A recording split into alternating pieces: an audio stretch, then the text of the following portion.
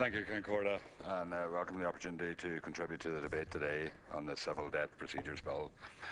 I think this bill, Minister, has to be looked at in two separate contexts. There's no doubt that I think the principle of not confining people to prison for non-payment of debts is a laudable principle and is a principle that we should all follow. But I think you can't divorce this piece of legislation from the ongoing campaign against the water charges and against Irish Water as well. And I think if we didn't need an example, or if we hadn't got an example, another one we could look at is the fact that this bill and this legislation, as you said yourself, arises from the report of the Law Reform Commission in 2010 and as a commitment in the programme from government in 2011. And here we are now in July 2015, 4.5 years later, when this legislation actually comes in on what is not a normal sitting day, in a rushed piece of legislation to try and say, because the government wants to create this sense of urgency and see that there is an urgent need to have this legislation passed before the summer recess.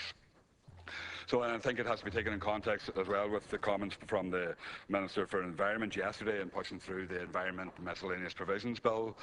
when he said that this was part of a suite of measures being taken by the government at that stage to enforce the Irish Water on the people and on the citizens of this country. And there's no doubt that we're in the middle of a huge mass boycott campaign of Irish Water, because Irish Water has been seen as the culmination of the years of austerity and austerity budgets, where people have finally said that they can't and they won't take any more. And they've campaigned against Irish Water in their hundreds of thousands right across the country, and campaign groups all over the country, and particularly I know campaign groups in Donegal of Can't Pay, Won't Pay, who have fought tirelessly against the household charge, the property tax and the water charges, and we have groups like in Letterkenny and Inishowen like the Water Warriors, who have campaigned hard against the installation of water meters. And it's a tribute to their campaign and to their fight on behalf of many, many citizens who simply can't afford to pay, and many, many other citizens who have said that in solidarity we will stand with those who can't afford to pay, and we won't pay either, and we won't pay twice. Because that's the most important part of this whole water debate, is that we are actually being told that we have to pay twice for water. We have already been paid for water, we already have, and we always have. As citizens of this country, we've always funded water services right across the state, and now the government is trying to impose on citizens that we will pay it twice.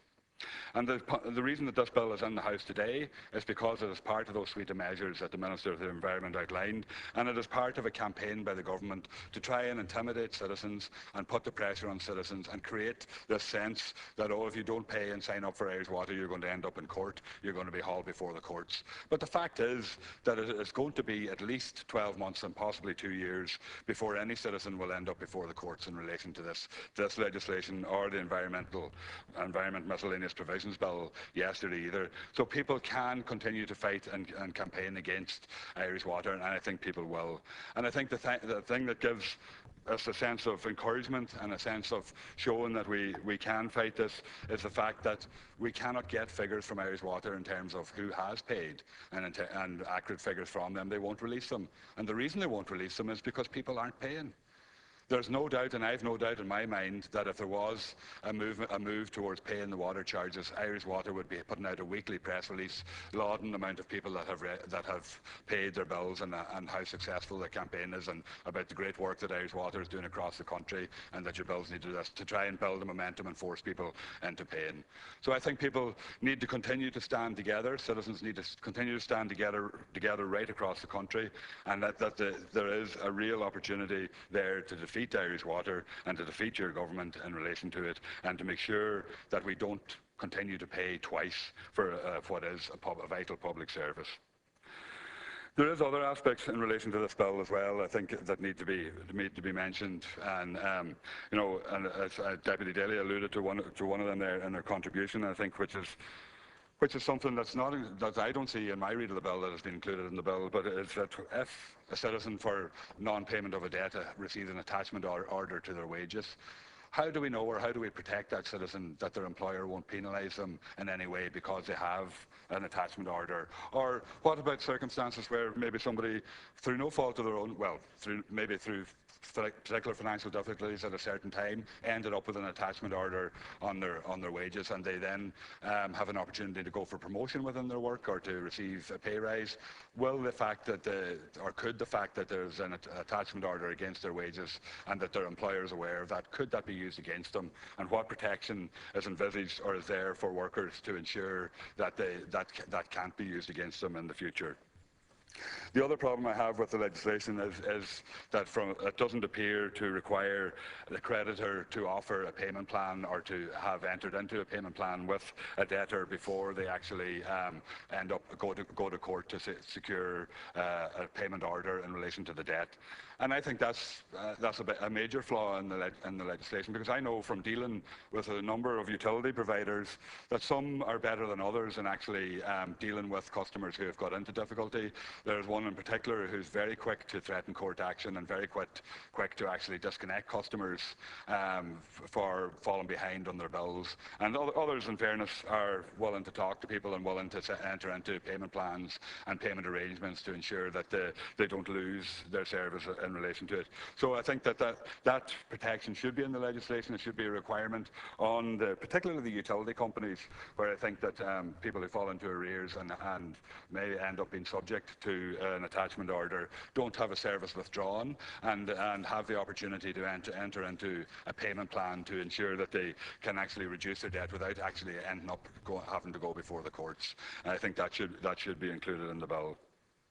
And also in relation to the attachment orders on people with social welfare, it's not clear just exactly how much an attachment order could be actually made against their social welfare payment. The bill outlines that it can only be against the primary payment for the individual and not against any subsequent payments, maybe for dependent children or anything like that. But in the case of the local property tax, the attachment order can't reduce a payment any lower than the minimum social supplementary welfare allowance rate of €186 a week.